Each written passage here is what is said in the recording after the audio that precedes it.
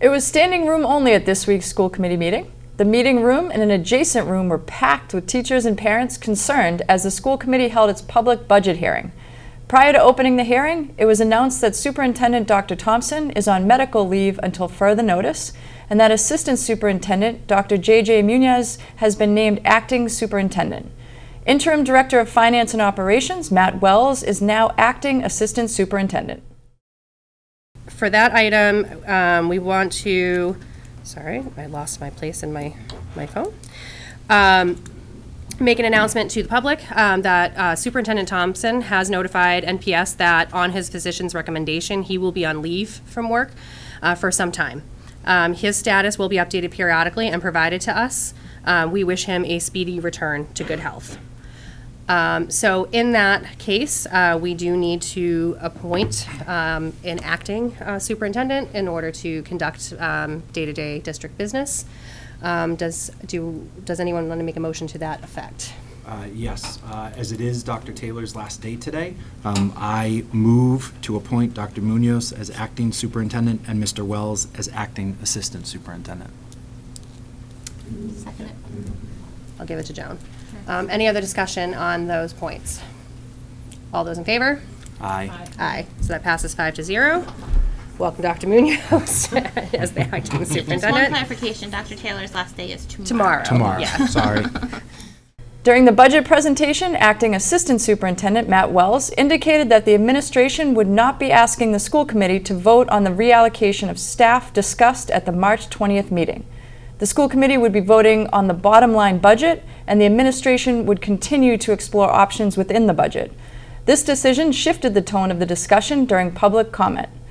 Despite the change, several of the staff and parents in the room shared their concerns over the previously discussed reallocations of staff amongst the elementary school buildings. Thank you. My name is Patrick Lane. I live at 46 Hillside Ave here in Norwood. Good evening, members of the school committee, Dr. Munoz, and other members of the Norwood Public School System. I got to admit, the tenor of this was going to be a little bit different, so I'm glad that there was no positions lost, only a couple shuffled around. My wife, Sarah, and I are the proud parents of 2 Balch Elementary students. We've been so impressed with the staff at the Balch, and our children's experiences thus far have been nothing but positive. I'm glad the vote went the way that it did tonight, but we're immediate stakeholders with regards to Title I reading services. One of our children receives those services, and I've seen firsthand, both in terms of quantitative analysis, but also at home, just the gains that she's making. I am honored and I'm lucky to be a Norwood teacher. I work with outstanding educators dedicated to the students of Norwood. We understand the budgetary constraints and the difficult decisions that the school committee faces, but we implore you to prioritize the well-being and academic success of our youngest students. So I just hope that when this comes back on the table, we don't consider reallocating those positions specifically. Again, I'm a behavior analyst. That's what I think of. I see that my child is successful and would be more successful with more behavior analytic supports. And I think pulling those supports out of the classroom, even if we're putting more people in, there are more people that are not trained in the same way that a behavior analyst should be. So I don't want us to kick this down the road and come next year and have these same issues back on the table. So I don't know if that's finding a way to be more involved.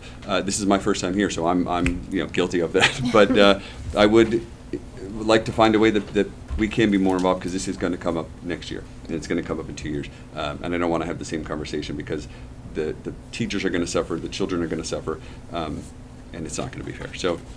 E o suporte de leitura atinge diretamente as famílias mais vulneráveis e marginalizadas da nossa cidade.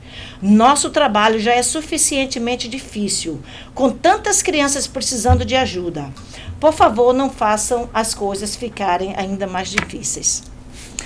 Se vocês não entenderam o que eu falei, é assim que as nossas crianças do Willett se sentem. Eles chegam 5 anos de idade, muitos não entendem nada que está acontecendo ao redor delas.